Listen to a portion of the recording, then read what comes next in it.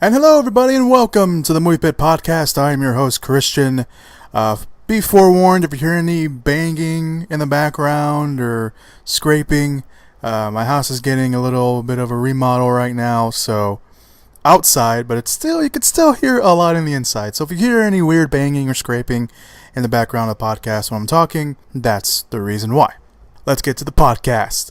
It was a pretty impressive week this week with movie news. I'm not gonna lie, it's one particular news item went a little crazy and took a life of its own, but we'll talk about that, of course. You probably know which one it is, seeing the description of the video, but there you go. Alright, so let's get to this week's news items. One news item I should mention came out last week after the podcast went up. It's a very little quick one that may or may not amount to anything, but I should mention it just in case, because the new trailer for Rogue One came out at the time of this recording. It hasn't come out yet. I'm recording this on Thursday, and it connects to the news item that we're going to talk about, which is Jimmy Smits may appear in Rogue One, A Star Wars Story. Jimmy Smits was in the prequel trilogy, episode 1 through 3, where he played a small role as Bail Organa. I think I'm pronouncing that name right. I don't know. Don't hate me, Star Wars fans. He was in the prequel trilogy. He played a small role, and he's apparently going to come back in this one. Maybe. Maybe. He was on a talk show, a daytime talk show called The Talk, and he said, "Can you say the word cameo? Can you say the word small part?" So that kind of, sent the internet a little into an uproar, not an uproar, but an interest of would he appear in the prequel trilogy. Or this new, I guess Rogue One would be a prequel since it takes place before the events of A New Hope. Supposedly the end of the movie leads up to the opening moments of A New Hope, which is episode 4. So it makes sense. I mean, the timeline makes sense. Obviously, he'd still be around.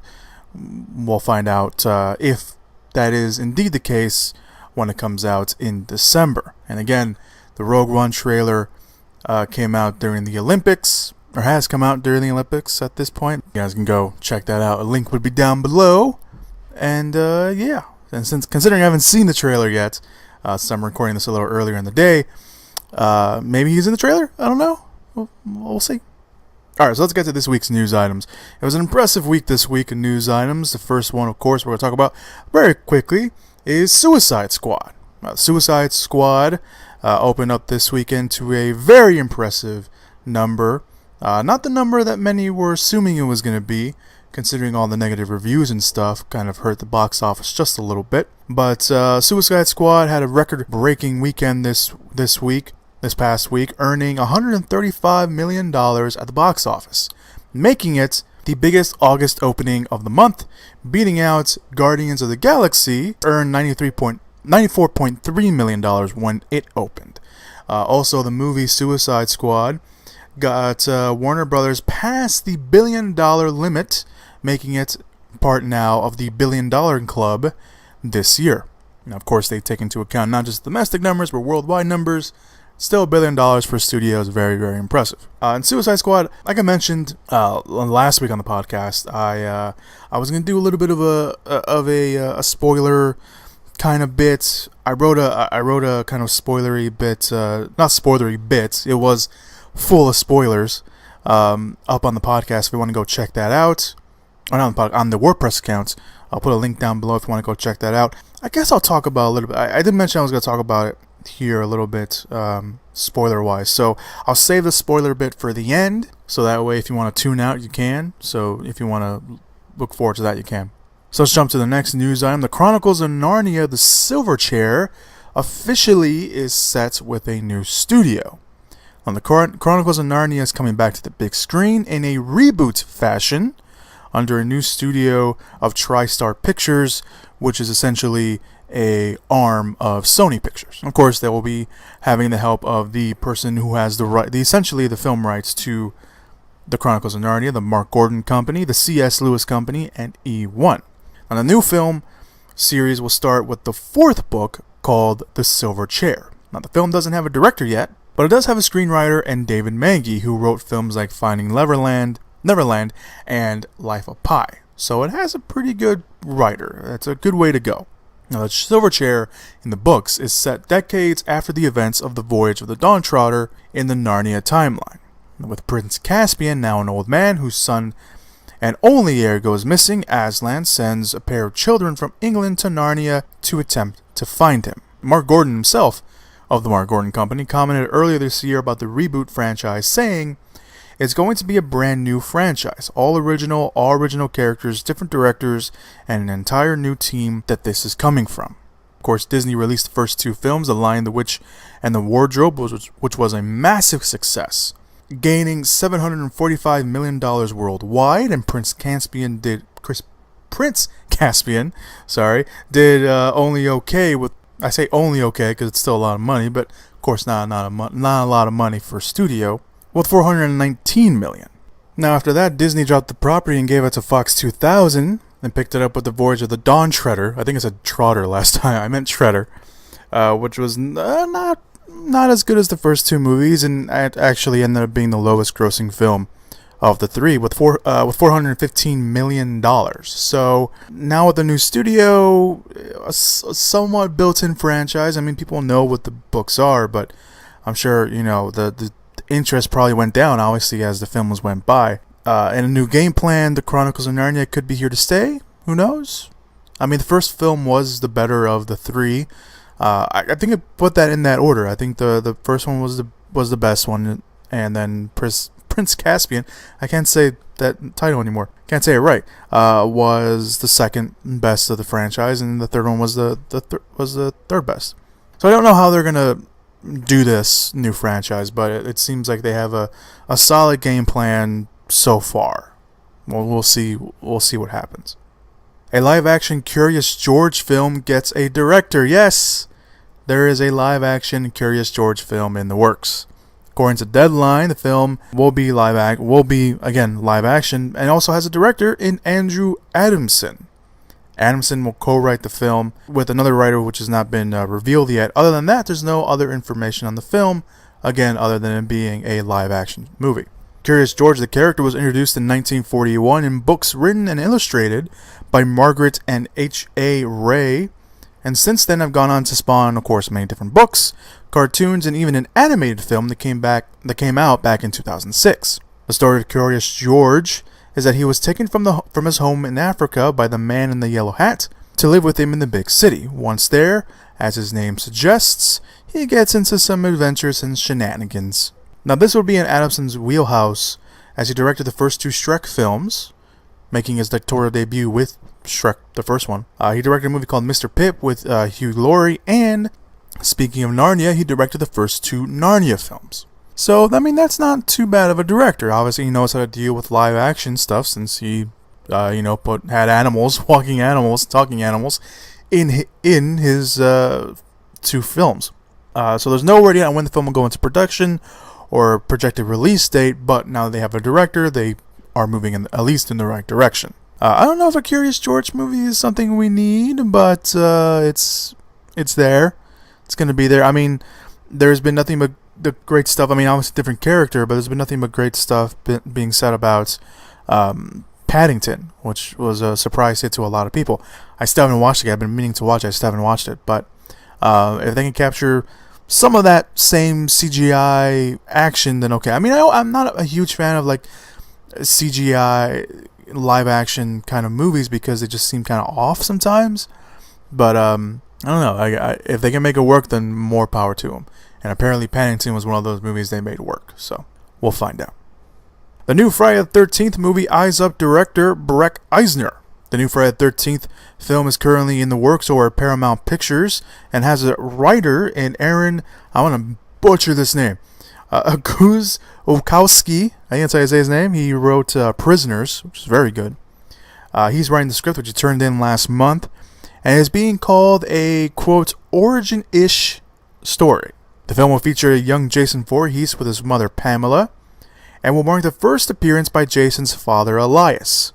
However, the newsworthy item here is, of course, that they are eyeing up director Breck Eisner. Bloody Disgusting got the exclusive that Eisner is in talks to direct the film. Eisner directed the very underrated remake of The Crazies, which is really good.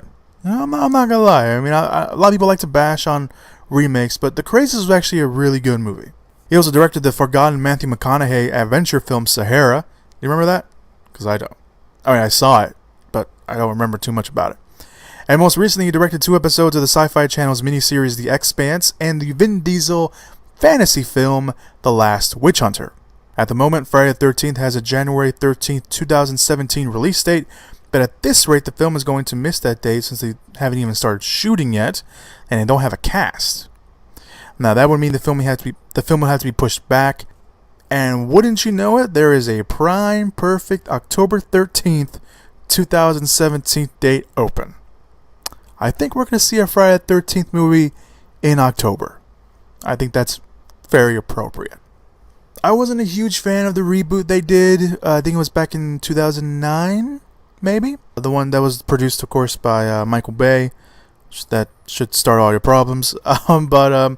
I wasn't a big fan of it. I know a lot of people were. I know it paid some homages to the original franchise, but I wasn't a big fan of it. I mean, I don't know. I just wasn't. But this one, I mean, they have a good writer. He wrote Prisoners, which is really good. And it seems I'm not a huge fan of them going back to like, oh, this is how it all started, because that's the same problem that Rob Zombie's Halloween had. But the interesting part here would be the fact they're introducing Jason's father, which we haven't seen in on film ever. And he was supposed to appear in one of the movies, but he never did. And they have introduced him like in like the comics that they've done for the film, or not for the film, but for the franchise and other stuff. But that should be interesting to see how it goes. We already know kind of what Pamela's all about. So if you saw the first original film, you know what that's about. So we'll see what happens with Friday the 13th. Speaking of remakes, Anton Fuqua is in talks for the Scarface remake. Now, Anton Fuqua seems to be in the reboot business. As he's in talks, he hasn't got the job yet. Now, Fuqua has already directed The Equalizer, which was based on an old TV show, and has the remake of The Magnificent Seven set to come out next month. Now, Scarface, I know people's like, well, we can't remake Scarface. Scarface was already a remake. So let's calm it down on that a little bit. If you like Scarface, you like that remake, so settle down. Now, the remake has been in the works for a few years now. I think we briefly mentioned it here on the podcast very early on. Maybe not. I think it was probably before the podcast. But it has a script written by Jonathan Herman, who was one of the writers from Straight Outta Compton. The remake itself will take place in present-day LA, and it will center on an immigrant who arrives in the U.S. and works his way up to the top of the criminal underground. Now, of course, again, we all remember the cult classic Brian De Palma directed film from the 80s that was set in Miami. But again, maybe not a lot of people know that Scarface in itself was a remake of a 1932 film that was actually set in Chicago. Now, he's only in talks, so there's a chance he won't get the job. Other directors that have been in talks for the film have been David Yates, who, of course, very popular with the Harry Potter franchise, and Pablo Larraín, who directed a film called No. However, Universal Pictures does see the film as a priority, so the film is something that will probably be, talked about a lot more in the coming months, maybe year. Now, Fuqua isn't really a kind of an out there pick. He, of course, has handled Dark Material in the past, The Equalizer, Training Day, obviously being the big one, in Brooklyn's Finest, which was reportedly good. I didn't watch it. I always wanted to watch it, but I never got a chance to. But I don't know. I mean, obviously, it's very hard shoes to fill, but more power to them if they can make it work. And speaking of stuff that no one wanted, but they got anyway, and now they might get their wish because it's not going to happen, looks like. It was very vague. I should probably just talk about Ghostbusters. The sequel now seems to be unlikely. The Paul Feig's Ghostbusters reboot that was met with a lot of hate when it was announced because the cast would be all females. And if you're saying, no, it's because it's a remake of Ghostbusters, get over yourself. You all know the reason why you hated it was because it was full of female characters. Now, it didn't help the first trailer that was released wasn't that good. Despite that, the film had a very healthy, well, not very, but it had a healthy enough opening box office. And the film wasn't that bad either. I saw it, and you know what? I didn't hate it. Did it have problems? Yes, but overall, I really enjoyed myself. Now, some of the positive feedback for the film seemed to be getting to Sony Pictures and the higher-ups when they said that a sequel was likely and something they would really be interested in doing. And they started to throw around the term trilogy and franchise and all this other stuff.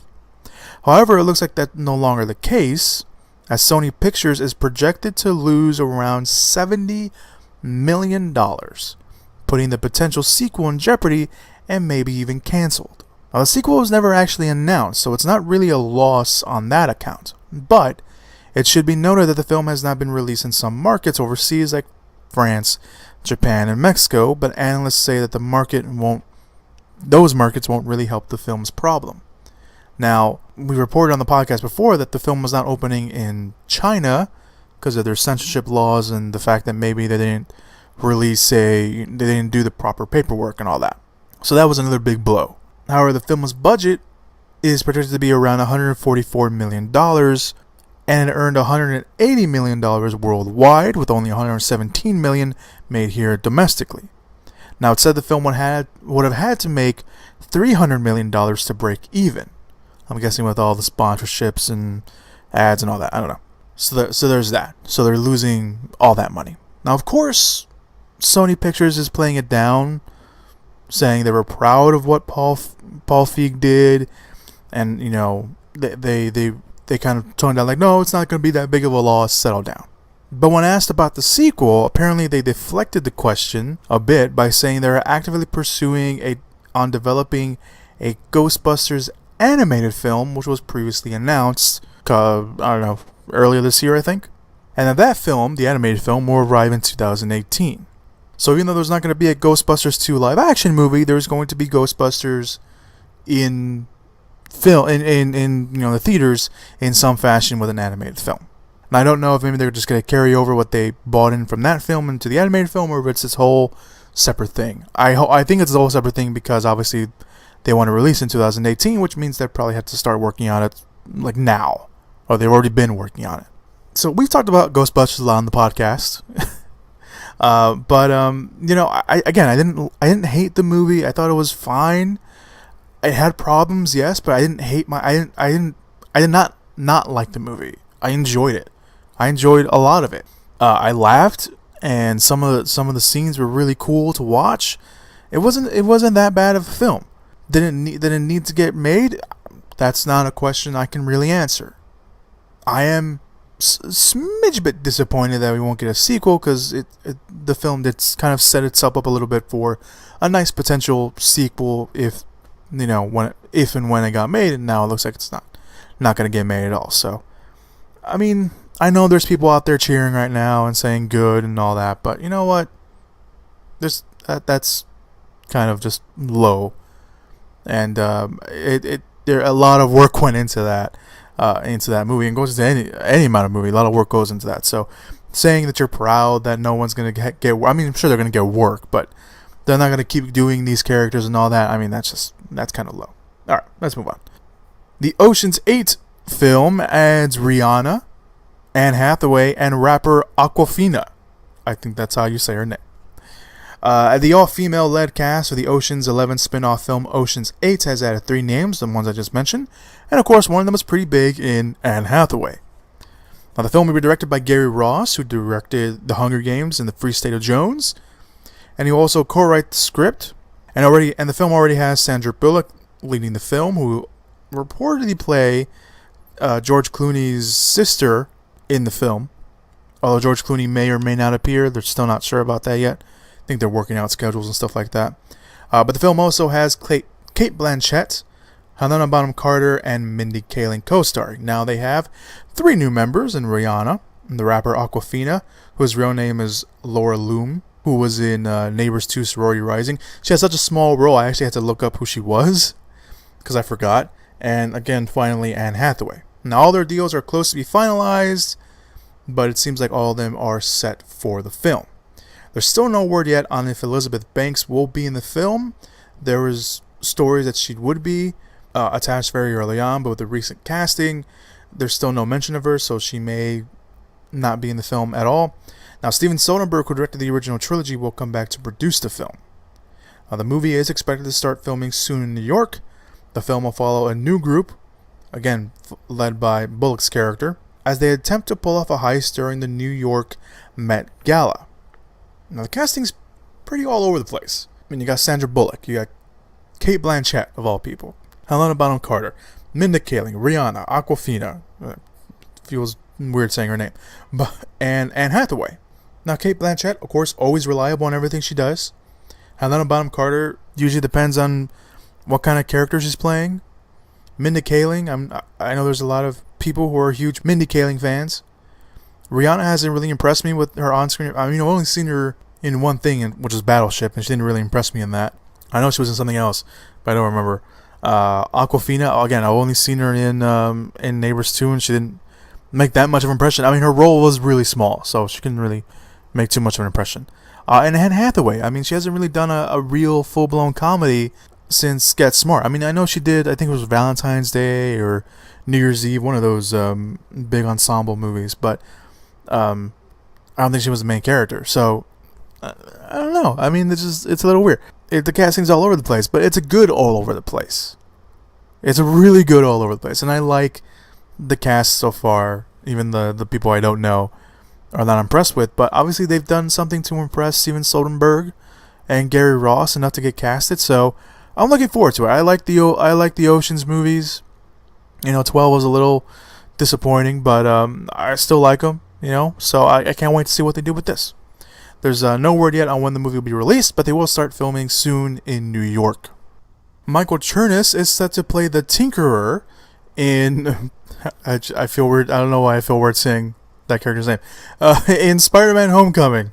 Spider-Man Homecoming is currently filming right now, but it looks like the film is still casting some seemingly important roles, as Deadline reports that Orange is the New Black actor has joined the film in the villainous role, the Tinkerer. This seems to confirm reports back in May that said the character would appear in the film, and now that is the case with an actor attached. Now he's known for, again, the show Orange is the New Black, where he plays the brother of the main character of the show.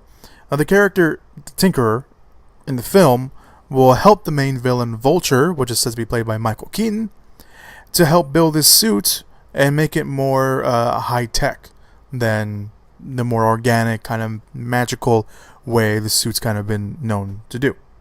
Cherish now joins the big cat. Joins. I can't even speak anymore. Joins the big cast of Tom Holland, Marissa Tomei, Robert Downey Jr., Zendaya Angourie Rice, Tony Rolovoro, Hannibal Buress, Martin Starr, and Donald Glover. Again, Spider-Man Homecoming is currently filming and will be directed by John Watts and come out next year on July 7th. Tom Cruise and Doug Liman's new film gets a new title and a release change. Tom Cruise and Doug Liman are set to reunite after wowing fans with Edge of Tomorrow, which a lot of people were surprised that it was that good, with a new film called Mena. At least that's what it was originally called. New reports say the film has gone through a title change and will now be known as American Made. Not only that, the film has gotten a new release date as well. Now, American Made follows the true-life exploits of Barry Seal, played by Tom Cruise, who was recruited by the CIA during the 80s to be a drug runner in the South that is a cover-up for a massive covert operation. As for the release date, American Made originally had a January 6, 2017 movie. I think they realized, hey, wait a minute, we have Tom Cruise in our movie. Why is he getting a movie released in January? So now they move it to a little bit more of an appropriate release date of September 29th, 2017. So it'll still be coming out next year, just a couple months, or more than a few months later. Now, Lightman talked about the source material, saying, "I love stories of an improbable hero working against the system, and Barry Seal took the government and our country for an unbelievable ride. Interpreting his story has the makings of an entertainment film that is equal parts satire, suspense, and comedy, and always surprising." Now, American Made will also star Dom Gleeson from The Revenant and Ex Machina, Sarah Wright from films like The House Bunny and the TV show Marry Me, Jesse Plemons from Black Mask and from the TV show Fargo, Caleb Landry Jones from X-Men First Class, he played Banshee, Jemiah Mays from Glee, and Lola Kirk from Gone Girl and Mistress America. We haven't been reporting on Mana for a while. I mean, I read about Mana when it was first bought up and talked about, and it looks like they're actually filming a little bit because there's pictures of Tom Cruise on set. So, I mean, the title changes happen all the time. Not all the time, but they happen every once in a while. And Edge of Tomorrow had gone through the same thing. It was originally called All You Need. Well, the source material was called All You Need Is Kill, and that's what the film was going to be called for a little bit. Then they changed it to Edge of Tomorrow. And then they had that weird campaign where they didn't even, where Edge of Tomorrow wasn't even like the title for a while. It was called Live, Die, Repeat, and then they went back to Edge of Tomorrow. It was weird, but title change isn't that big of a deal. The release date change is not that big of a deal either. But it's Tom Cruise, it's Doug Liman. They did awesome work on Edge of Tomorrow. Say what you will about Tom Cruise as a person. He puts out quality films, and Doug Liman is a great director. So I mean, you can't go wrong with those two. Bad Boys 3 gets a new title and a new release date. Again, Bad Boys 3 is finally happening. Sony Pictures is making sure that it goes off without a hitch. They've already bought back Will Smith and Martin Lawrence. They have a great director and writer in Joe Carnahan. And now the film has a new title and new release date. Bad Boys 3 will now be called Bad Boys for Life and will come out on January 12th of 2018. Now the title makes some sense. It's a phrase that's been used by Smith and Lawrence as their characters in the film, so it makes sense that they would essentially be called that. But the release date is a head scratcher.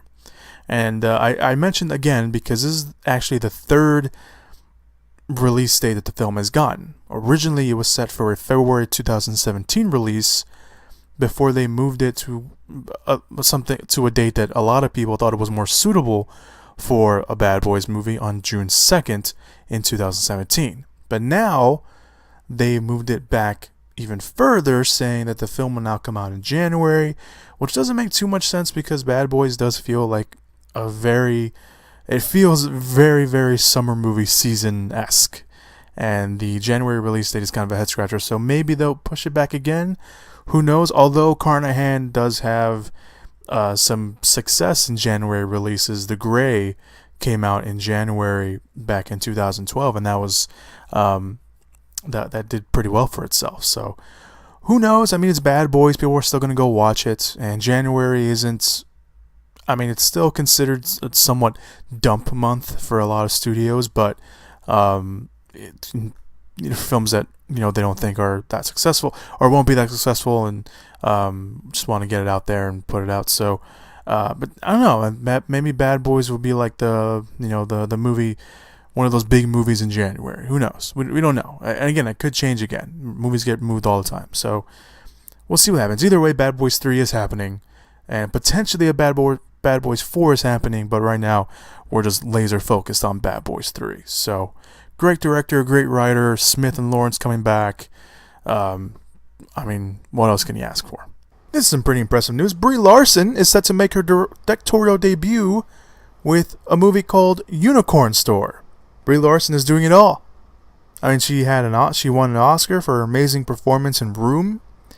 She's just been casted in Captain Marvel, which we'll talk about a little bit later on the podcast. She's going to appear in the great-looking Kong Skull Island, and she's all around a great person. I mean, I don't know her personally, but she seems like a great person. So what could she possibly do next? Of course, direct. The Hollywood Reporter reports that Larson is set to make her directorial debut with the independent comedy called Unicorn Store. Larson will produce and star in the film that revolves around a woman, assume it's probably going to be Larson, who moves back with her parents and suddenly receives an invitation to a store that will, quote, test her ideas of what it really means to grow up. The film was originally going to star Rebel Wilson and had a director, Miguel Artea, who directed the movie called The Good Girl. But producers David Bernard and Ruben Fletcher, who directed Zombieland, bought the project to Larson after winning the Academy Award, and she agreed to the film. Not only that, Unicorn Store is scheduled to move forward very, very quickly, as it will start filming this year in October. Now, Larson isn't going in cold. It's not like, she hasn't done anything. No, she actually co-wrote and co-directed a Sundance Award-winning short film called The Arm. So, I mean, and, she's worked on a bunch of, great films with a bunch of great directors. So, I mean, it's not, I'm sure, you pick up something when you're working with all those people. Now, Larson will next be seen in the previously mentioned Kong Skull Island that comes out next year.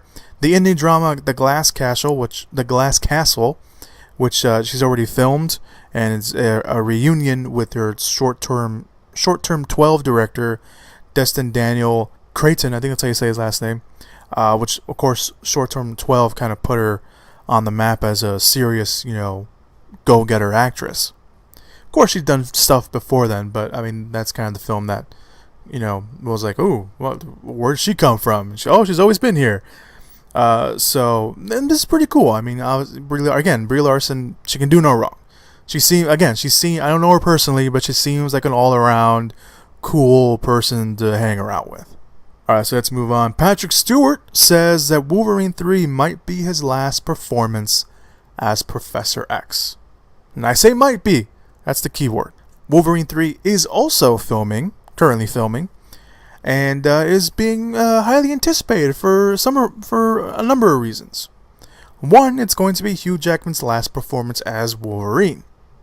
And two, we don't know how they're going to handle the story. We don't know if they're we don't know what story they're going through. Like, are they doing Old Man Logan? That seems to be the go-to right now. But another reason that's just been added to the list is that Patrick Stewart may be bowing out as Professor X after Wolverine 3 comes out. ITV News caught up with Stewart to talk about the role, and he was asked if it would be his last go. And he said this: "I can't say because I don't know, but I would imagine this is probably the end of the franchise for me. But the thing about science fiction and fantasy is that you can never ever say it's the end, it's over."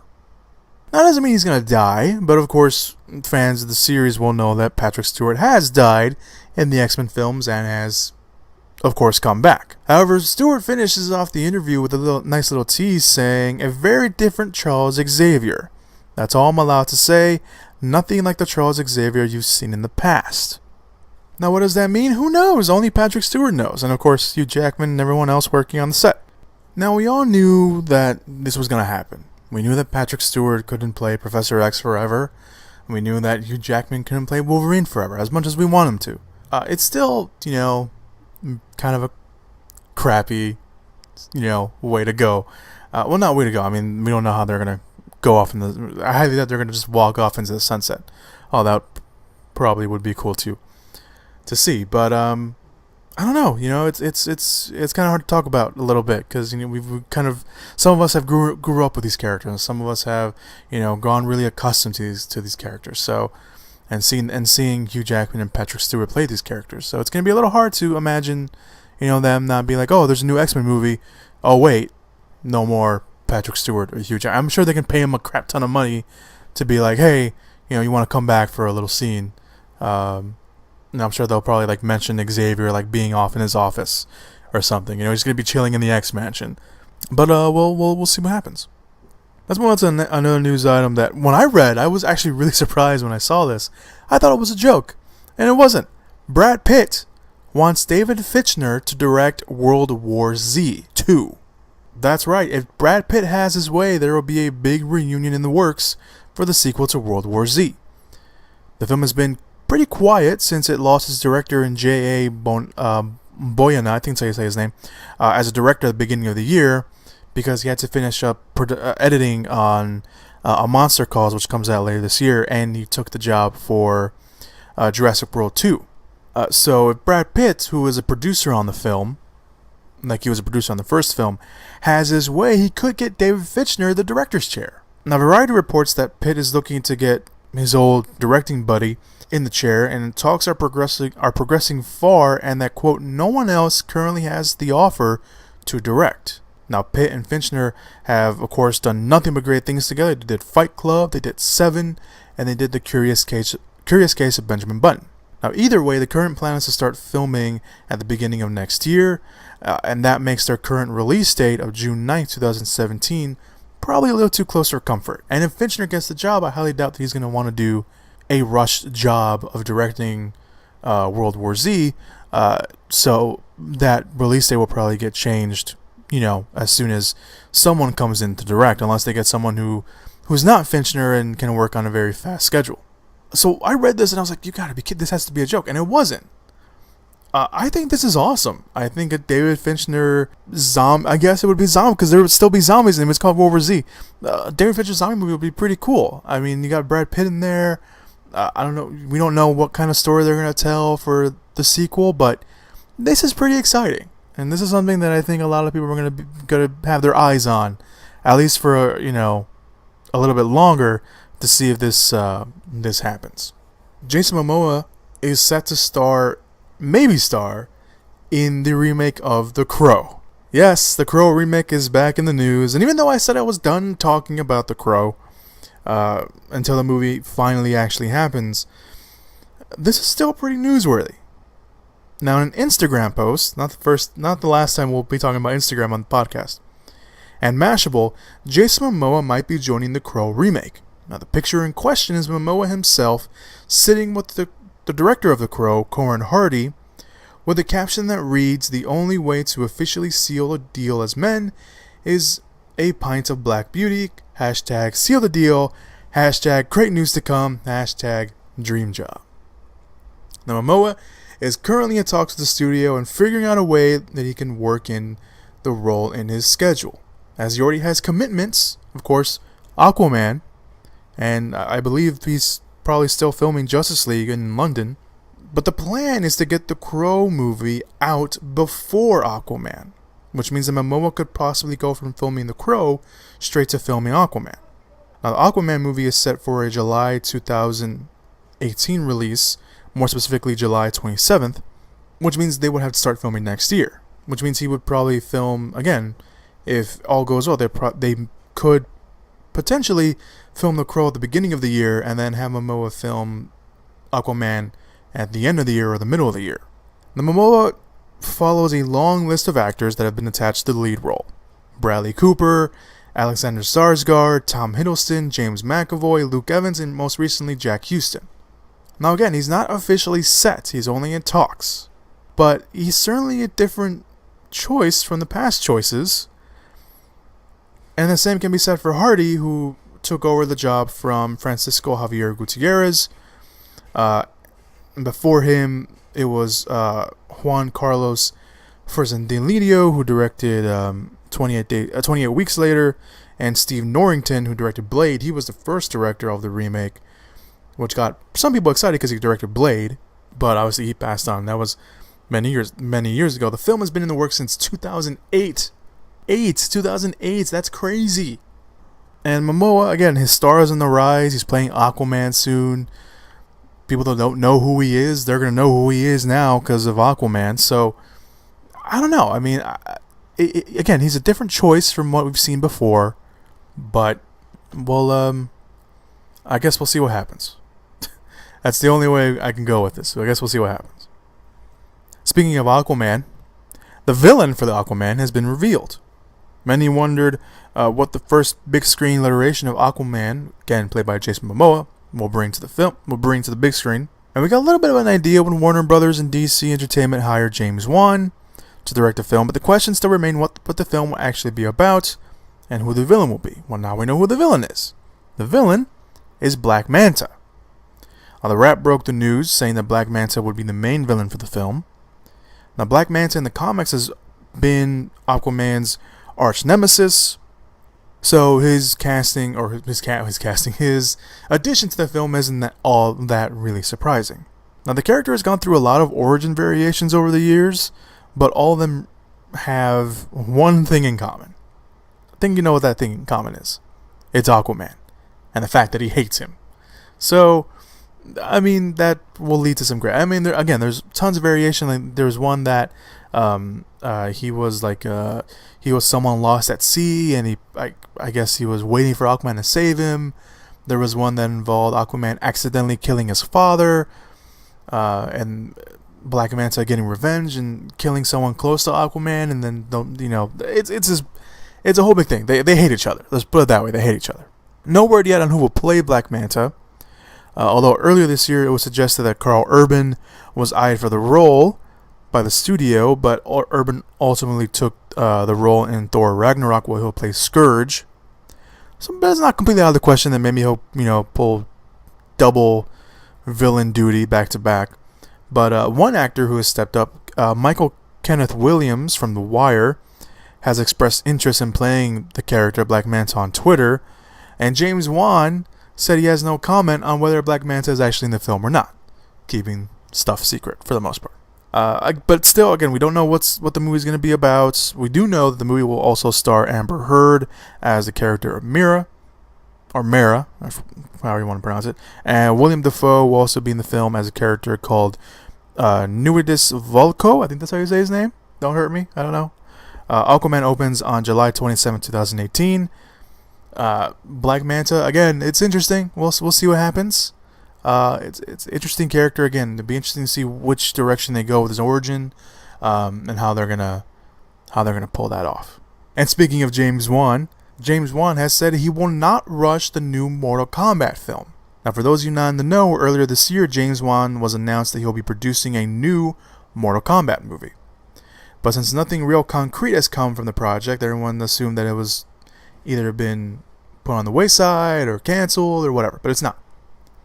Now, Wan talked to IGN and gave an update that should please many fans.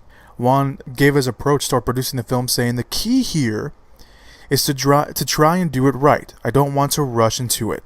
So right now we're just making sure our time to make sure it's heading in the right direction. I think that's more important than trying to rush through it and pump something out that no one wants or that no one likes. Sorry. Again, this is a very positive comment. You know, we live in a world full of tentpole movies and franchises and sequels and all that. But the fact that Juan's like, no, we're gonna take our time, we're gonna get this right, is really cool. And for a studio, I forget what studio is releasing this. I think it's Warner Brothers. But for a studio to be like, or New Line Cinema, one of those two, or they're connected now, I guess. But it doesn't matter. For a studio, it doesn't matter. For whatever studio to be like, okay, yeah, we'll wait. It's pretty. That's a big deal. And of course, Juan now is a bigger name than he was, say, 10 years ago. So I really appreciate that Juan is, because I know him so personally. I appreciate that Juan and the studios are saying, we're gonna take our time, we're gonna get this right. And that's a good way to go. That's a good approach to take, especially for, a franchise that is still popular with fans. And I think some fans out there still want to see another Mortal Kombat film done right, and that doesn't suck. I'm looking at you, Mortal Kombat Annihilation. Now, of course, Juan has other commitments, so it may take a while before we actually see the Mortal Kombat film. He's only producing the film. The film doesn't have a director yet, but he's only producing. But still, Juan has other commitments like Aquaman. He has the Robotech movie he's attached to that he's also, I think, producing. And he has his horror films. He's potentially going to direct, or at least for sure produce, the third Conjuring film. There's a sequel to Annabelle that he's producing, and he's producing the Conjuring spin-off, The Nun. So all this is a pretty big deal. We don't know what's going to happen, but I like the idea that they're taking their time. I think that's the best way to go. So we get to Captain Marvel later in the podcast, and here it is. Captain Marvel will have a different origin than in the comics. Marvel's first solo female superhero film, Captain Marvel, is still a long ways off. It's coming out March 8th, 2019. But they already have an awesome lead in Brie Larson, and they have very trustworthy screenwriters, and Meg LaFarve, I think I say her name, she wrote Inside Out and The Good Dinosaur, and Nicole Perlman, who co-wrote Guardians of the Galaxies. However, some fans will have to be okay with an origin change, as Perlman spoke on a podcast called Anytime, and said the origin that fans know will change. Here's what she said. If you were just going to do a straight adaptation of the comics, her origin story is very similar to the Green Lantern. And obviously, that's not what we want to do. There's a lot of reinvention that needs to happen, and also she's her own person, and she's a great character. We have to be aware of what's happened in other Marvel films, and make sure that her particular storyline is unique and fun, and also fits within this world that's going on at the same time. It's a little bit of an interesting story gauntlet. It's been good to have a partner. It's been an incredible experience. If we can pull it off, it could be an incredibly important but really fun and kick-ass superhero film. For those that don't know, Captain Marvel was a pilot, similar to Hal Jordan, if you want to go with that Green Lantern story, that gets her powers from an alien race known as the Kree, which were already introduced in Guardians of the Galaxy. So it makes sense that they would want to change a little bit since Green Lantern is also getting his own movie. But again, like she said, they want to make her her own character and unique, and I think that's a good way to go, considering that pretty sure most casual film fans don't know who Captain Marvel is. Now, changes are normal. It's going to happen. Things need to be changed because of certain stuff. And, of course, Marvel films and stories and characters need to change because of the movie rights, because half of the characters from the Marvel comics are over at Fox with the X-Men franchise. But I'm sure Marvel and Perlman and LaFleur and Larson will give the character the justice that she needs and deserves. So, no need to worry about that. The young Han Solo film is looking for a young Lando Calrissian. I said that wrong, I know I did, but I'm going to keep going. Could also cast a non-white female lead. And something that maybe some of us probably hadn't thought of, or we have thought of, but we're just waiting to see if it was going to happen. The young Han Solo film is currently underway to find a young Lando Calrissian.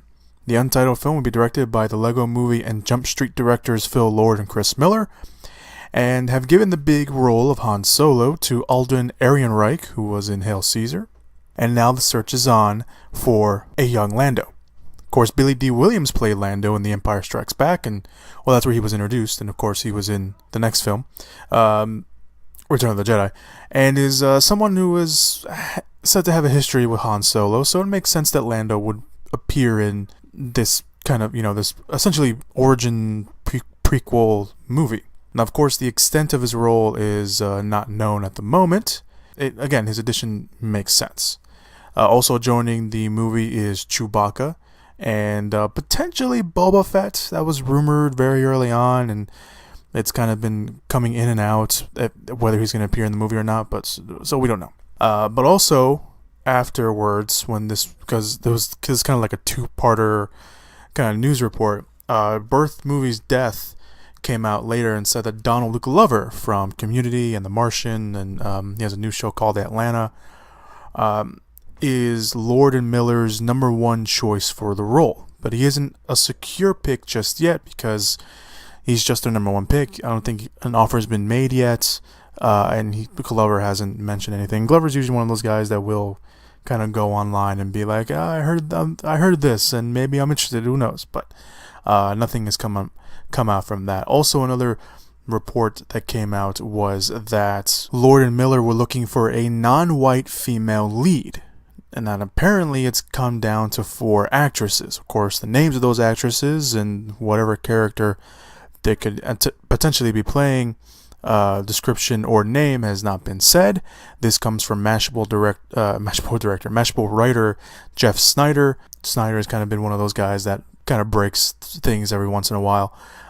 He's usually hit or miss, but he's a pretty reliable news source. So when reliable reporter. So when it comes to stuff like this, it's 50-50. But it wouldn't be that surprising if this were the case.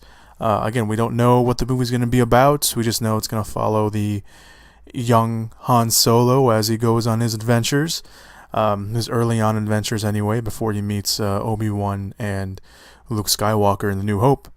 Allegedly, that's what it is. Unless, they make this a trilogy, which I think the word was being thrown around that this could be a trilogy. And I think a lot of people were like, settle down, let's wait to see what happens in the first one, which is probably a good way to go. Either way, again, there's no word on what's going to happen. There's no word on who's going to play a young Lando or who this non-white female lead is or who she is. But I'm sure we'll be figuring out a lot more about this project as they're going to be filming at the beginning of next year for a May 25th, 2018 release. There's another news item that I read it. I was like, that's interesting. Man of Steel 2 is in the works. And some news that may be surprising or not really that surprising news, Warner Bros. Has announced that they will indeed be moving forward with a sequel to Man of Steel. This is the studio's first new film in the DC Extended Universe since their first initial lineup of course, Wonder Woman, and Green Lantern, and Aquaman, The Flash, Cyborg, all that. Now, the studio was of course working on Man of Steel 2 when it was released, but instead they went with Batman v Superman: Dawn of Justice. And according to the Wrap, Man of Steel 2 is, quote, a top priority and plans on getting the character right for audiences. Man of Steel was met with some divided response, much like all the DCEU movies. Well, that's a mouthful. It should be interesting to see where the film lands on the schedule. The Wrap does note that the film could come out after the solo Batman film. That's, of course, in the works, with Ben Affleck reprising his role, directing and co-writing with Jeff Johns. However, the solo Batman film doesn't have a release date either. So who knows how long we'll have to wait for a Man of Steel 2. Right now, we can look forward to, of course, Wonder Woman that opens next year on June 2nd. Justice League Part 1 that also comes out next year in November. Aquaman 2018 and The Flash in 2018. And, the other films, Justice League 2 and Cyborg and the Green Lantern movie. This is pretty big. Man of Steel was in the works. It was put on the back burner again because of Dawn of Justice. And with all that's been happening in the DC Extended Universe, it should be interesting to see kind of where they take the story and how they go with it. And, it's a top priority, but, will they take the time to be like, okay, this is who Superman really is. This is what he does. This is what he stands for. Let's give him a proper movie, because let's get him right. Some fans still think that Superman has not been given, this new iteration of Superman has not been given the true justice of who his character is. So we'll see what happens. It's a top priority. We'll probably be hearing more about it. There was rumors earlier this year that George Miller was rumored to be in talks with the studio to direct a film, but that never happened. Also, George Miller said that he wanted to take a more slower approach and he wanted to do some more smaller films because he had just gotten off Mad Max Fury Road. We'll see what happens. All right, so this is the big news item of the day, and this is the story that again took a life of its own. Dwayne Johnson and Vin Diesel apparently had problems. Not just them two, apparently the crew as well, had problems on the set of Fast 8.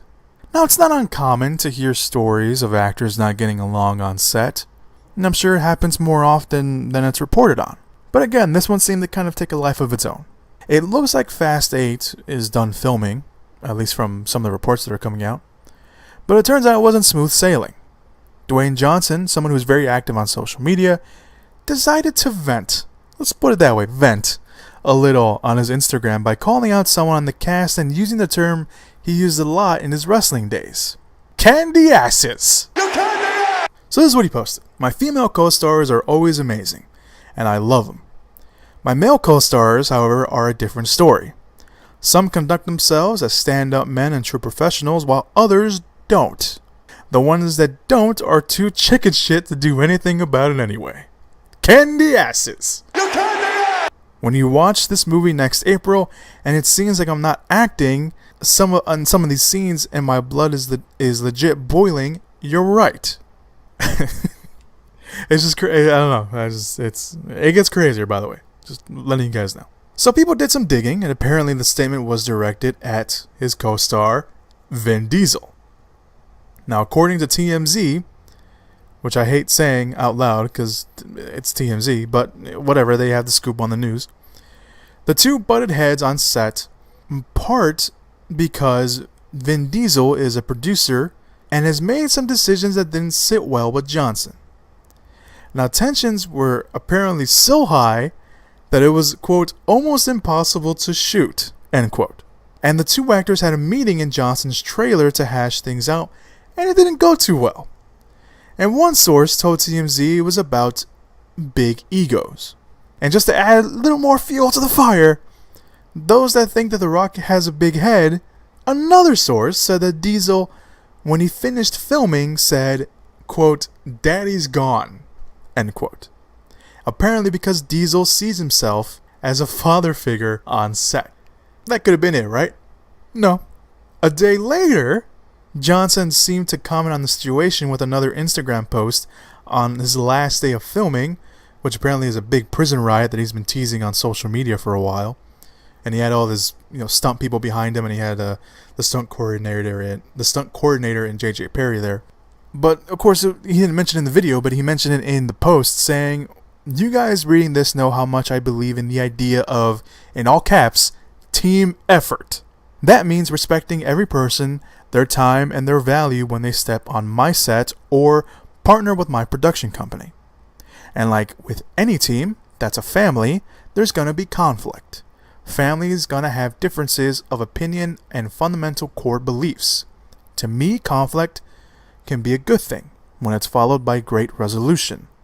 I was raised on healthy conflict and welcomed it. And like any family, we get better from it. At the end of the day, me and my #Fast8 co-stars all agree on the most important thing: delivering an incredible movie to the world. Now, that should have been it, right? Everyone thought that was it. Nope! More people came out.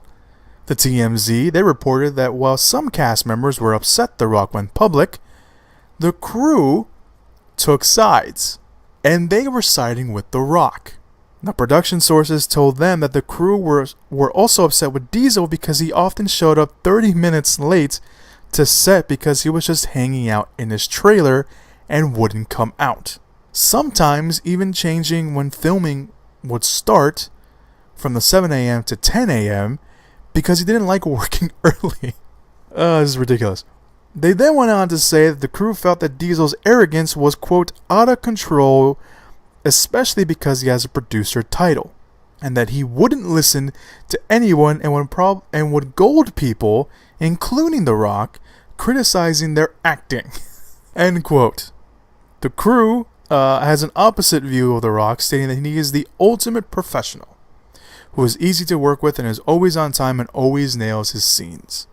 So while it sounded like those last comments by the Rock seemed like he and Diesel had maybe had worked it out a little bit, or maybe he was taking the high road, or the stuff had been weathered down, that's what it sounded like.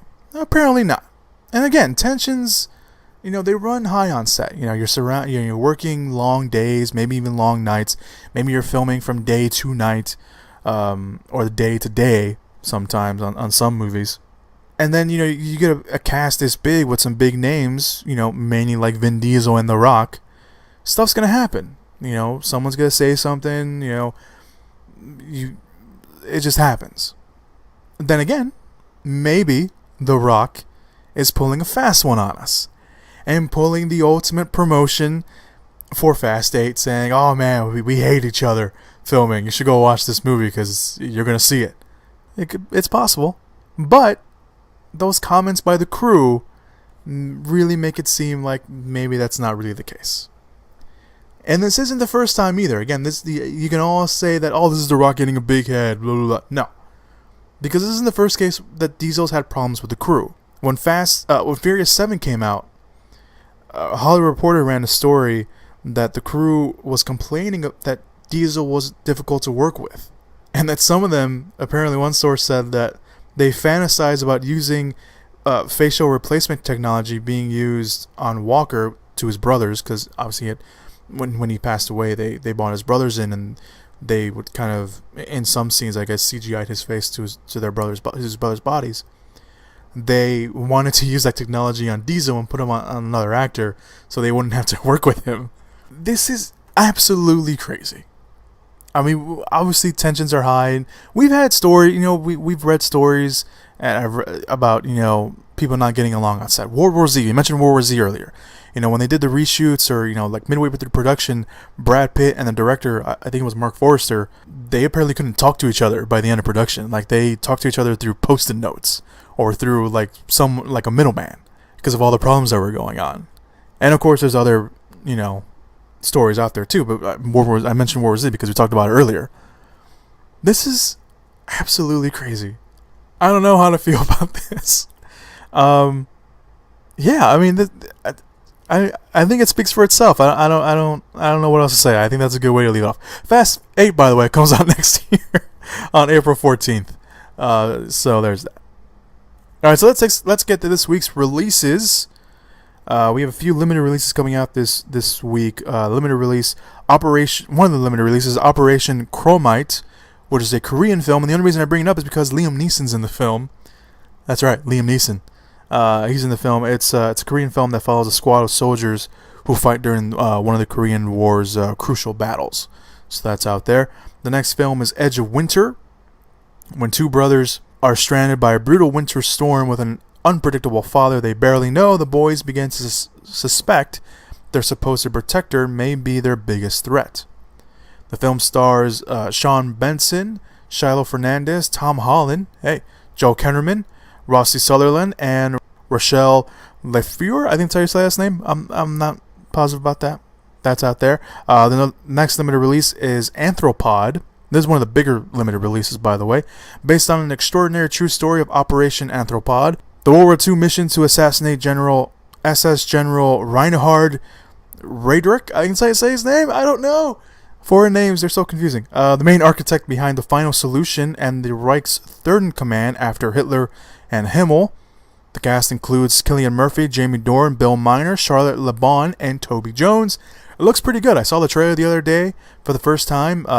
It looks pretty good. It seems like a really kind of dramatic and very tense-filled film. Again, it's one of the bigger limited releases, so hopefully it's playing around here where I am and I get a chance to go watch it. The next limited release, and again, this is one of the bigger ones, Hell or High Water. A divorced dad and his ex-con brother resort to a desperate scheme in order to save their family's farm in West Texas. The film stars Chris Pine, Ben Foster, and Jeff Bridges. This looks pretty good. People were saying it's really good. It's got a limited release, and it's got a great cast, but it's getting a limited release, and I've been seeing some of the early reviews, and they've been pretty great. So I hope this movie is coming out, like Anthropod, hopefully coming out around me so I can go watch it. So let's get to this week's wide releases. We have 3 big wide releases. One of them being Florence Foster Jenkins, the story of Flora Foster Jenkins, played by Meryl Streep, a New York heiress who dreamed of becoming an opera star despite having a terrible singing voice. The film also stars Hugh Grant, Simon Helberg, Rebecca Ferguson, Christian McKay, and Daniel Haig. Or David Haig, sorry. I watched the trailer. I mean, I wasn't completely sold on it, so that's just me. I wasn't completely sold on the film just because it just didn't sell me. It didn't bring me in. But there's a lot of Meryl Streep fans out there, so more than welcome to come and watch this. The next film is Sausage Party. I can't say it with a straight face. Sausage Party, a sausage voiced by Seth Rogen, strives to discover the truth about his existence, and of course finds out what happens to food when they go home with people. The voice cast also includes Kristen Wiig, Jonah Hill, Michael Cera, Danny McBride, Bill Hader, Craig Robertson, Nick Kroll, David Krumholtz, Paul Rudd, James Franco, Salma Hayek, and Edward Norton. This looks absolutely hilarious. It looks really funny. It looks absolutely crazy. People have been saying it's crazy. People are saying it's funny. For the love of God, if you are a parent, do not take your kids to go watch this movie. It's rated R. I know I am in no position to tell parents, hey, this is how you should parent your kids. But if you don't want your kids swearing and saying stuff that you don't want them to say, probably not the best idea to go take them to watch Sausage Party. There is another movie opening this weekend where you could take your kids to go watch. And we'll get to that in a second. But Sausage Party looks absolutely hilarious. People are saying it's funny as hell. I'm going to go watch it. I hope I am laughing as much as people said they laughed too. So there's that. All right, the family movie this week is... No, Sausage Party is a family movie, right? No. Pete's Dragon. The adventures of an orphan boy named Pete, played by Oakes Fegley, I think that's how you say his name, and his best friend Elliot, who just so happens to be a dragon. The film also stars Bryce Dallas Howard, Robert Redford, Wes Bentley, Olana Lawrence, Isaiah Whitlock Jr., and Carl Urban. This film has also been getting a lot of great reviews. People are saying it's really good. Some people, of course, are saying it's not that good.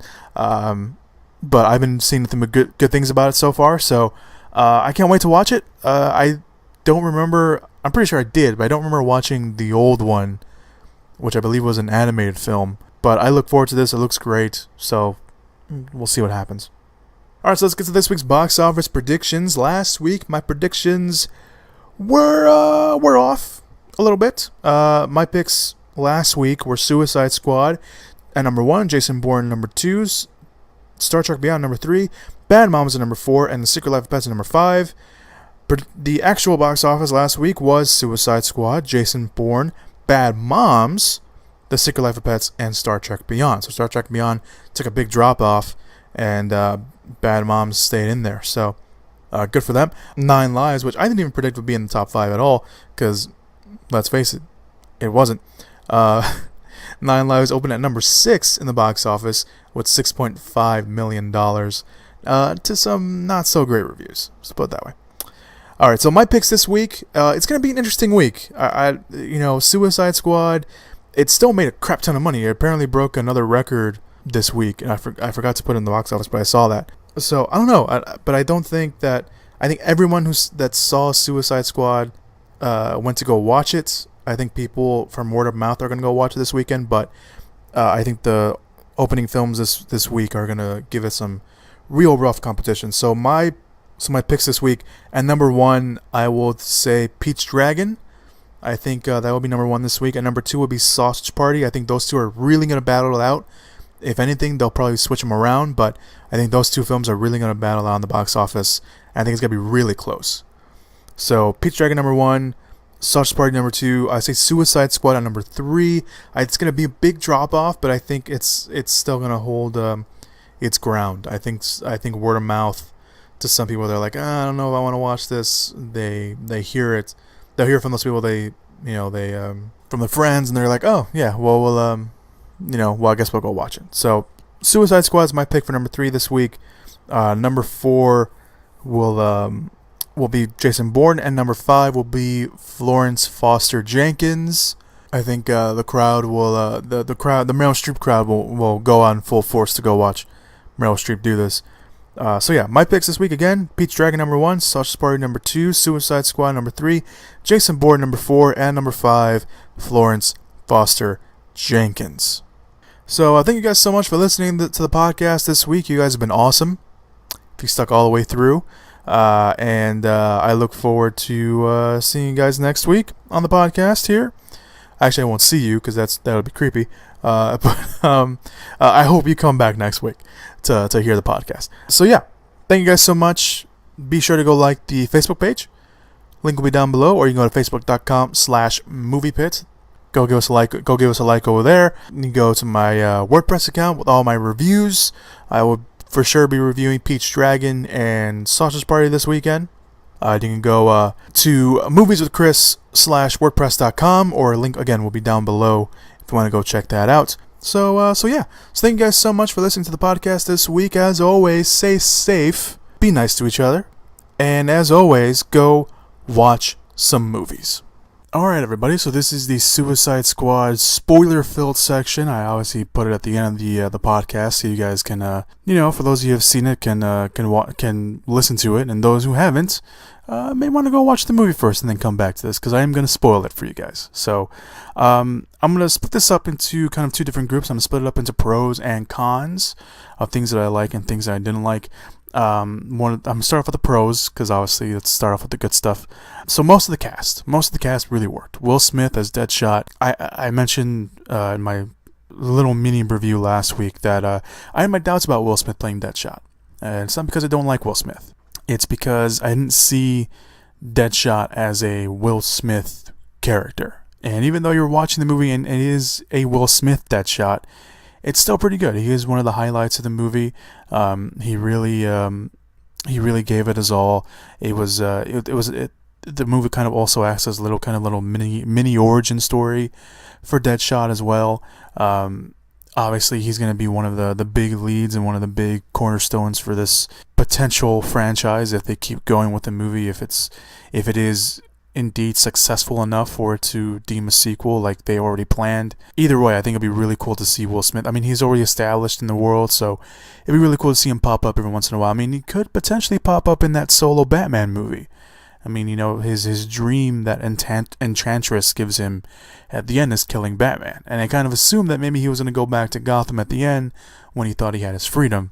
And, we already have, that personal connection with him and his daughter. That should be interesting to see going forward, to see what they do with that. But he really surprised me. He was one of those big surprises for me.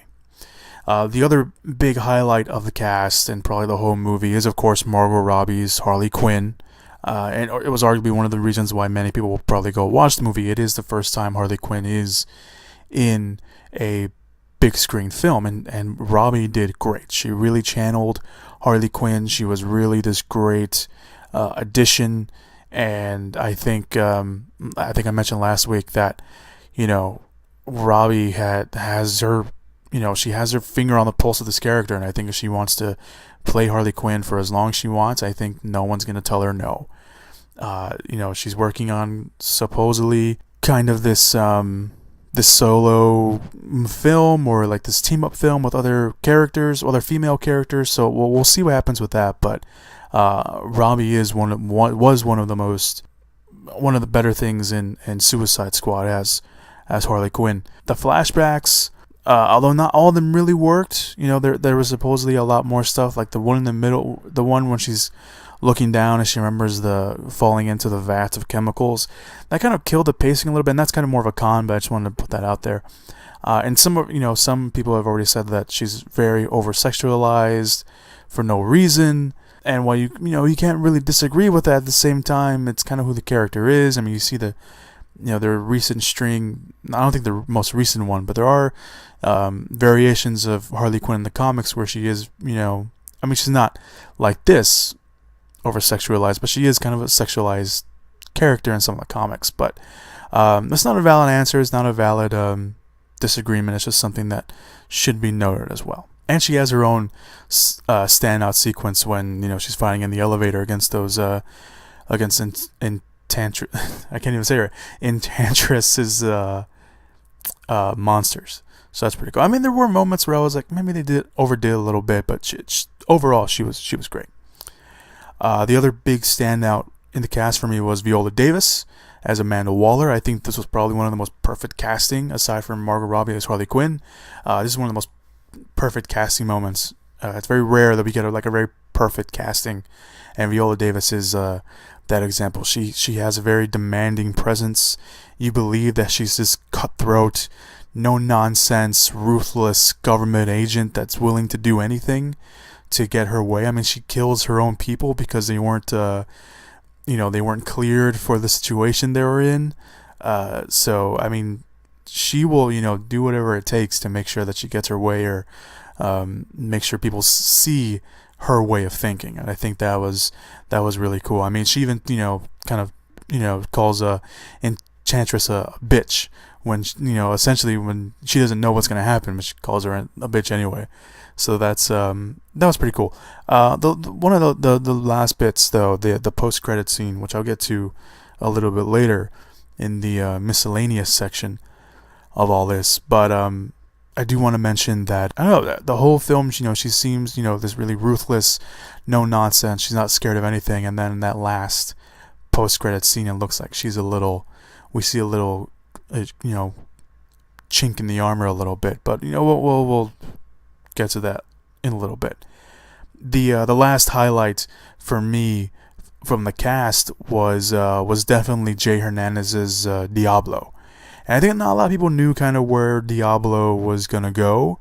I think most people, in the trailers, he's on. You don't really see a lot of him. You see that big sequence where it's him shooting the fire up, but there's a lot more to his character, and that's kind of one of the things I really loved about Suicide Squad and about Diablo, is that he hits his own real big highlight moment.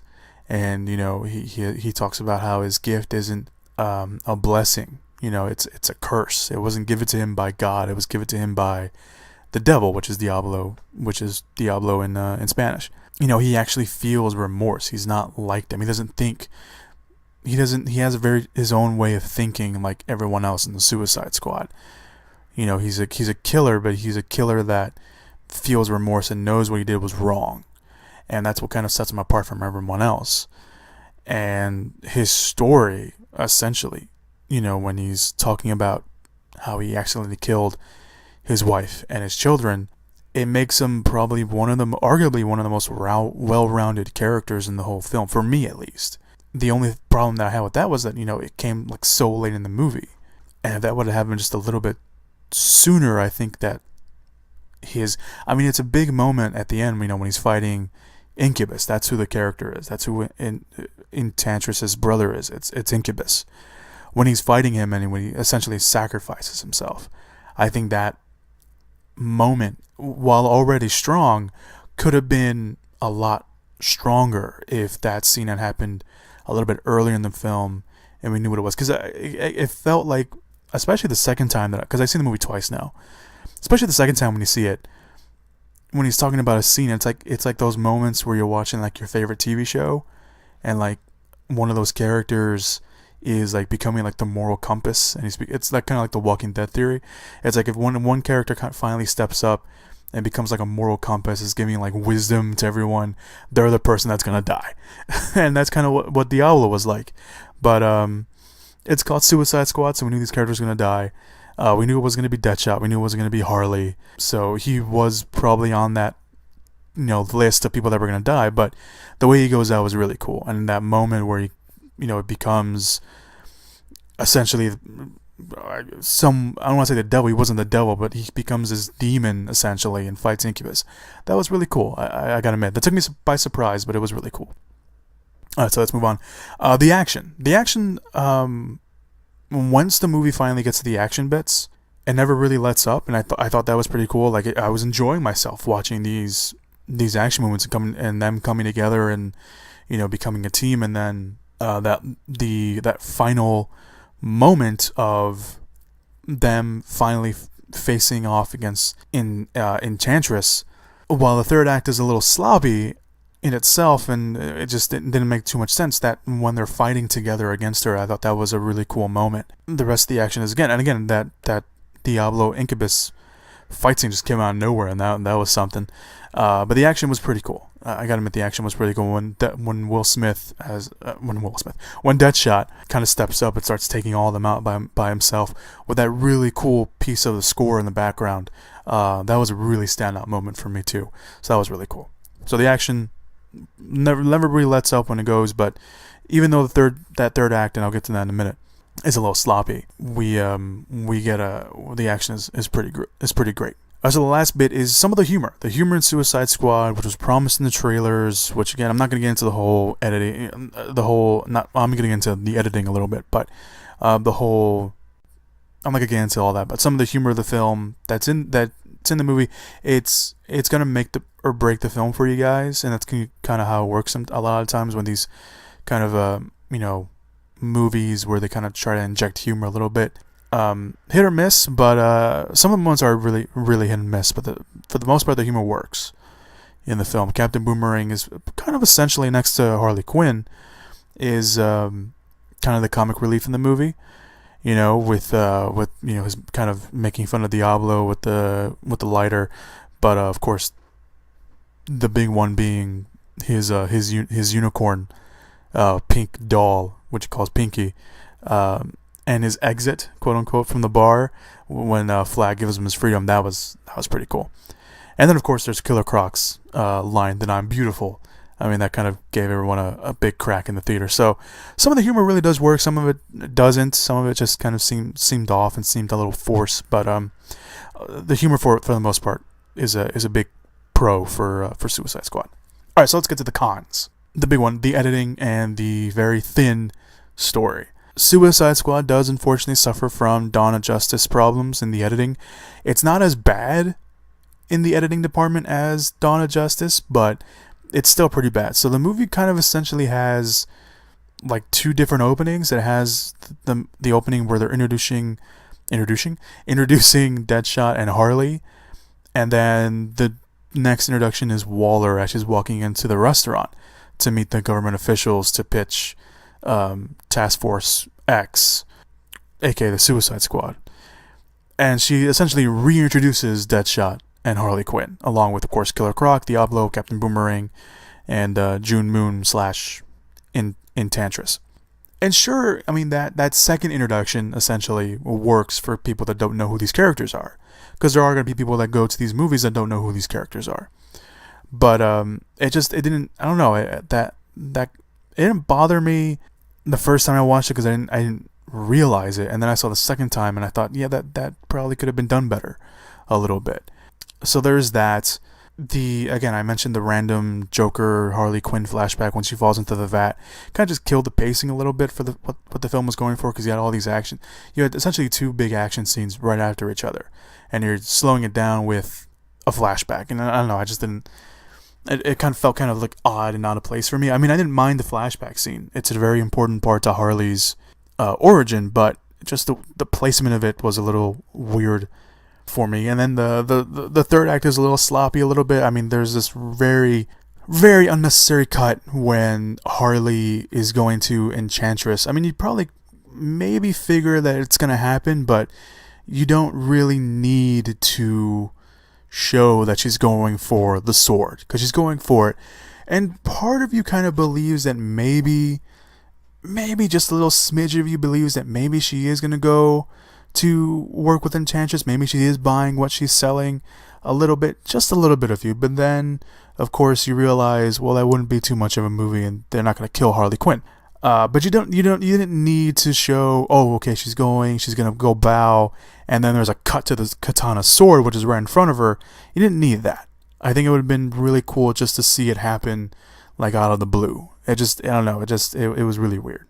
It was a unnecessary kind of cut to show what was going to happen next. You didn't need that. At least I didn't need that. So the story, let's go to the weak kind of story. I mean, the whole movie felt a little, I mean, some people were saying that the whole movie felt a little odd, that the story was probably one of the weakest parts of the whole film, and probably kind of agree a little bit. I think it would have been, I think adding the whole Enchantress kind of stuff, releasing your weapon, was kind of unnecessary. I didn't think you need that. I think you just kind of needed them to go after her a little bit. I think that would have been a better mission. Or maybe just having the mission of the Suicide Squad having to work together to go rescue who they thought was someone important, and essentially it was Amanda Waller. I think that would have been kind of a nice little, rug pulled under you kind of moment. But I don't know, and I'll get to Waller's plan in a second, because that was kind of dumb too. But I'll get to that, because I want to talk about the villains in Enchantress and her brother Incubus. They were kind of very weak. Incubus doesn't really do anything other than having his standout moment, which is fighting Diablo. But other than that, I don't know. He looked. I don't like comparing stuff to other movies, because I just think it's not helping whatever movie you're trying to say. Oh, this copied this movie, so it's just gonna, like, you're essentially telling people that other movies did something better. And I don't want to. I mean, that probably is the case sometimes. That's not what I want to do. So Incubus kind of looked like a knockoff Destroyer from the Thor movies, or from the first Thor movie anyway. He looked like a knockoff Destroyer, just a little bit more, shittier. His design was a little. I mean, the CGI in the movie wasn't that bad. I mean, but it just that moment of just him with, like, essentially pretty much still the human face. I didn't buy it. It looked a little wonky and cheesy. And Enchantress, I mean, we don't spend enough time with her to kind of see. I mean, sure, she's just a threat. I mean, she just made a big ass, energy magic force field or whatever the hell it was, going up into the sky. But she didn't really need a weapon. Why is she building a machine? I mean, she can disappear and reappear everywhere she wants, and instead she wants to build a machine for irony's sake. I mean, there's going to be, what's the point? I mean, she was able to do all this magical stuff. Why does she need to build a machine? It just didn't make any sense. And we don't spend enough time with them to kind of make them, that threatening. I mean, sure, Incubus shoots, tentacles, essentially out of his arms, and that's it. I don't know. All right, so let's get to Waller's Waller. I almost combined two things. Waller's plan. So part one of her plan is to put meta-humans on Task Force X, aka the Suicide Squad. But she really only has two, Enchantress and Diablo. Arguably three if you count Killer Croc. So that kind of defeats the purpose of being like, oh, well, we're going to have meta-humans on our team. We're just going to put two of them on there, three, and that's it. And then you have Harley Quinn, who's crazy and fearless and, will kill anyone, that pisses her off, essentially. And you have Deadshot, the man who never misses. And then you have Rick Flag, who's just like Harley Quinn and Deadshot, human. He's just a really good soldier. That's it. And you have Katana with her sword. Not a metahuman, but also not really part of the Suicide Squad. She's, Rick Flag's bodyguard. The second thing, and this was kind of hit me afterwards, the first time I watched it, And then watching it the second time, I just thought, yeah, that was really dumb. Her plan is to have the Suicide Squad to come together to Midway City to secure an unknown person who, again, is essentially her, but not worry about the giant portal in the sky. That was kind of dumb. So I've already mentioned that Waller's kind of like this ruthless, hardcore, no-nonsense kind of person. But why would she put herself in the middle of a war zone? I mean, she said she was studying Enchantress, which she probably got stuck in the city, doing that. But you could have gone on in the evacuation. Her plan was to have, she already had the Suicide Squad. She already had these people, that essentially if the plan didn't work, she can throw them under the bus. So what was the point of, having them come to the city to save her when there's a giant port? Was she just going to let Midway City go to hell? When she was going to let... Because she makes no mention, okay, now you guys saved me, go stop Enchantress and her machine. No. Her plan was essentially to be like, I'm out of here. Why? What was the point? I mean, say the Suicide Squad failed. Say they got killed or taken or turned by Enchantress. Then what? She's stuck in a city by herself. Even if she gets out of the city, she had that, she still got caught by Enchantress and Incubus. Or worse, she could have been killed by the Joker who was in the city to save Harley. Her plan makes no sense whatsoever to me and to a lot of people as well. But I don't know, it was dumb. Alright, so my last con, which I mentioned, Jared Leto's the Joker. Now I know there's some people out there that like Jared Leto's Joker, and it was one of the reasons why a lot of people were going to go watch Suicide Squad. One of the problems, this isn't my problem, but this is just one of the problems in general, I think I mentioned this last week too, was that no matter what happened, Leto's performance was going to be compared to the last Joker we saw on screen, which was Heath Ledger's Joker. Which is unfair because Ledger's Joker was, awesome, but it's unfair because he's doing his own iteration of it.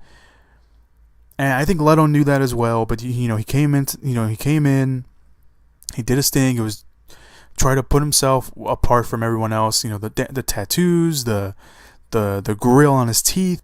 So that picture came out and showed all that, and everyone was like, I don't know. I held my judgment off.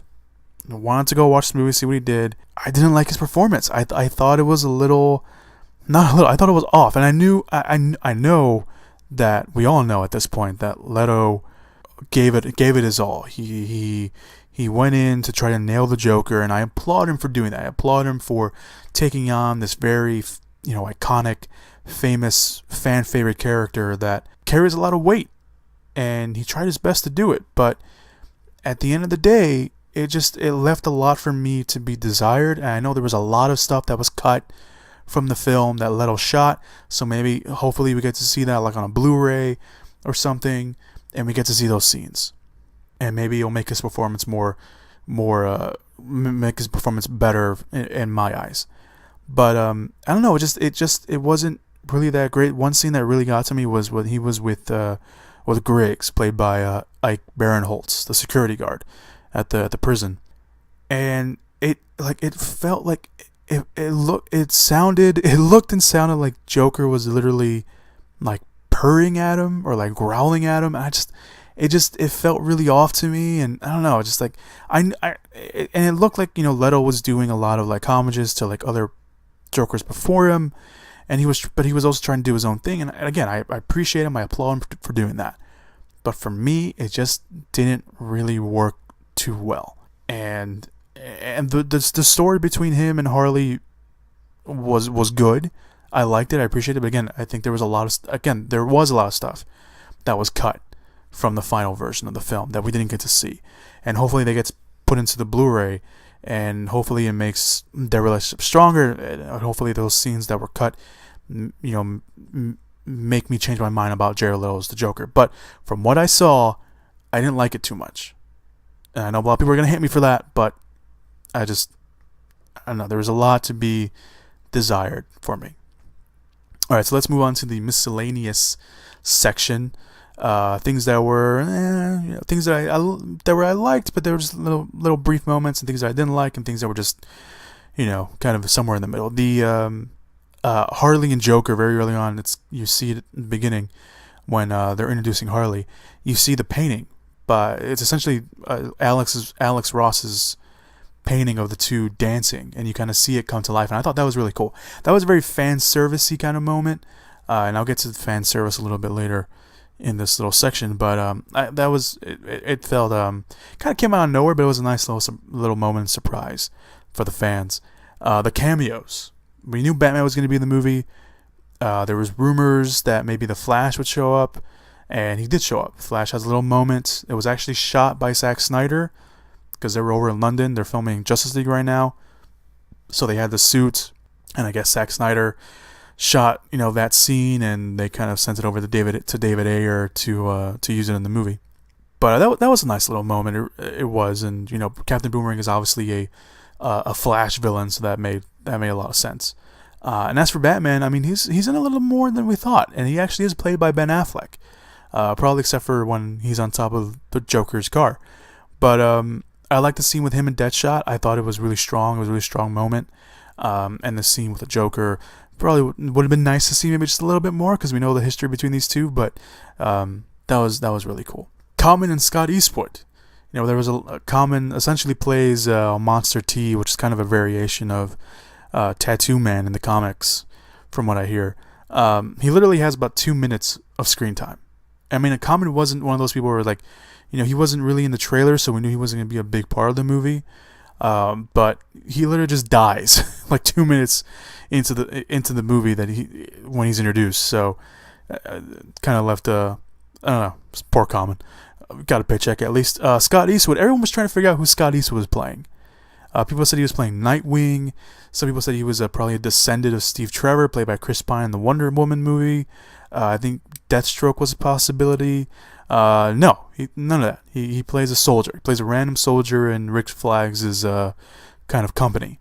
And his only memorable moment in the movie is when he sacrifices himself when he detonates the bomb that kills Diablo and Incubus. That was it. He doesn't play anybody. He plays a soldier. That's it. Everyone was making a big deal and nothing. Enchantress, her dancing, quote unquote. I don't know what the hell that was. It seemed it didn't come off as creepy. It didn't come off as part of the character. It came off like she really had to use the bathroom in that very skin tight dress, or she was having like a seizure or something. It didn't come.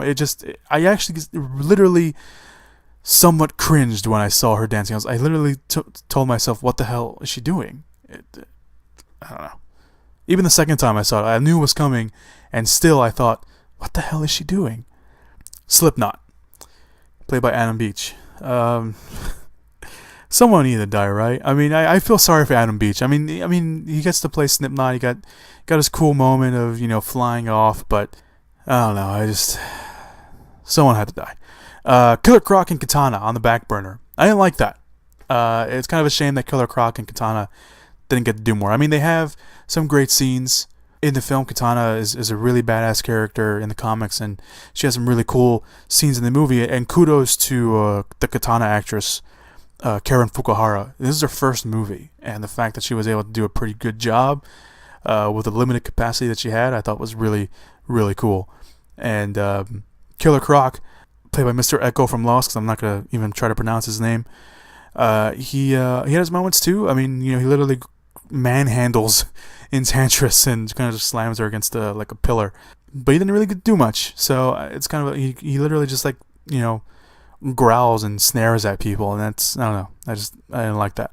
So I would like to see a little bit more from those two, and essentially Captain Boomerang too. But again, he was kind of like the comedic relief next to Harley, so he had that going for him. June Moon and the Enchantress. Again, this is one I kind of mulled over.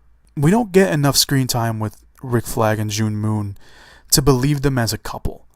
We have like maybe two, maybe three scenes of them together, and they're very, very short.